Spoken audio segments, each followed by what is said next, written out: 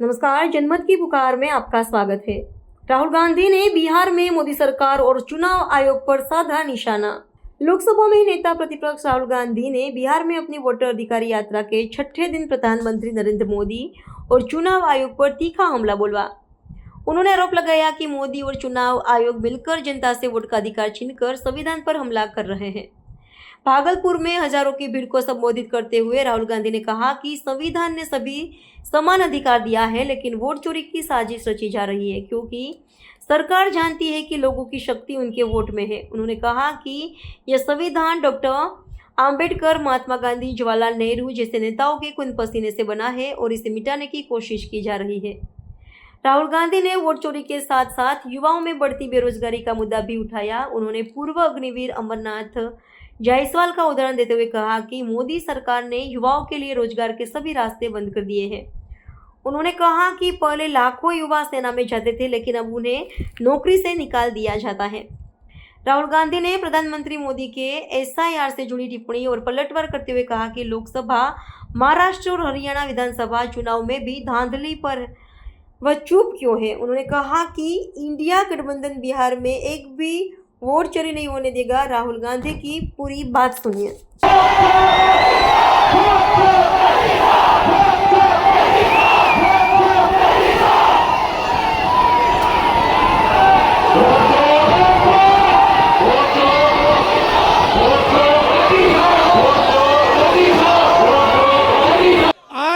आज मेरे पास एक व्यक्ति आया, मुझे वोटर कार्ड दिखाता है, कहता है राहुल जी, मैंने लोकसभा चुनाव में वोट किया है, मैंने लोकसभा चुनाव में वोट किया है और अब इलेक्शन कमीशन मुझे कह रहा है कि मेरा वोट काटा जा रहा है। मुझसे पूछ रहे हैं वो, मेरा वोट क्यों काटा। मैंने उनसे पूछा, भैया आपका नाम क्या है, नाम क्या है, नाम बताया। फिर मैंने कहा कौन सी पार्टी के लिए वोट करते हो, कहता कांग्रेस पार्टी। मैंने कहा समझ गए बात, क्यों काटा है आपका वोट, क्योंकि आप कांग्रेस पार्टी को वोट देते हो, आप आरजेडी को वोट देते हो, आप वीआईपी को वोट देते हो, आप सीपीआईएमएल को वोट देते हो, इसलिए आपका वोट काटा जा रहा है। सीधी सी बात है। इलेक्शन कमिश्नर मिलकर आपका वोट आपसे चोरी कर रहे हैं। क्यों चोरी कर रहे हैं? क्योंकि वो जानते हैं कि आपकी शक्ति, आपकी आवाज इस संविधान में है और आपकी आवाज, आपकी शक्ति वोट से सुनाई देती है। आप देखिए यहां पे इन्होंने लाइट ऑफ कर दी, लाइट काट दी, देखा आपने, लाइट काट दी। मगर ये सोचते हैं कि लाइट काटने से आवाज बंद हो जाती है।